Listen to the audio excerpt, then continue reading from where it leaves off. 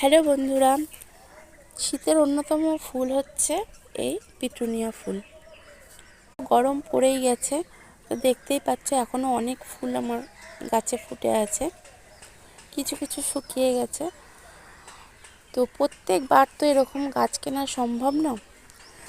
এই গাছের থেকে যদি আমরা বীজ সংগ্রহ করে আবার পরের বছরের জন্য গাছ তৈরি করতে চাই, তো কিভাবে সেটা বীজটা আমরা পাবো সেটাই আজকে তোমাদের দেখাবো। আমরা পিটুনিয়া গাছের বীজ নেওয়ার জন্য ফুলগুলোকে এভাবে গাছে শুকিয়ে নিতে হবে, আগের থেকে তুলে ফেলে দেওয়া যাবে না।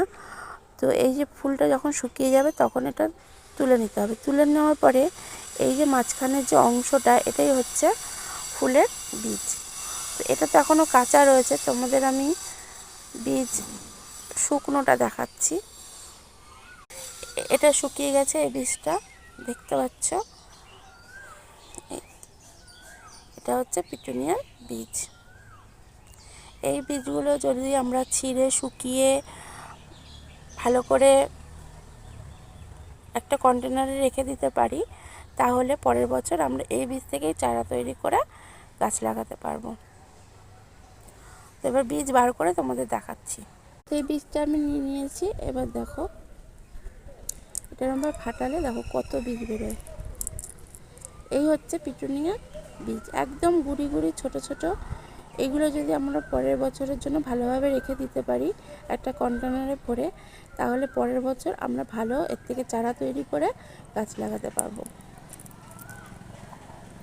দেখো কত বীজ। তো আমি এর আগে এই কন্টেনারের মধ্যে অনেক বীজই তুলেছি। দেখো এগুলো ভালো করে শুকিয়ে নিয়ে বীজগুলো রেখে দিতে হবে।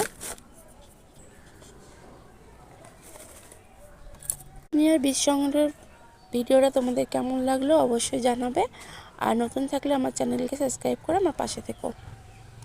টাটা।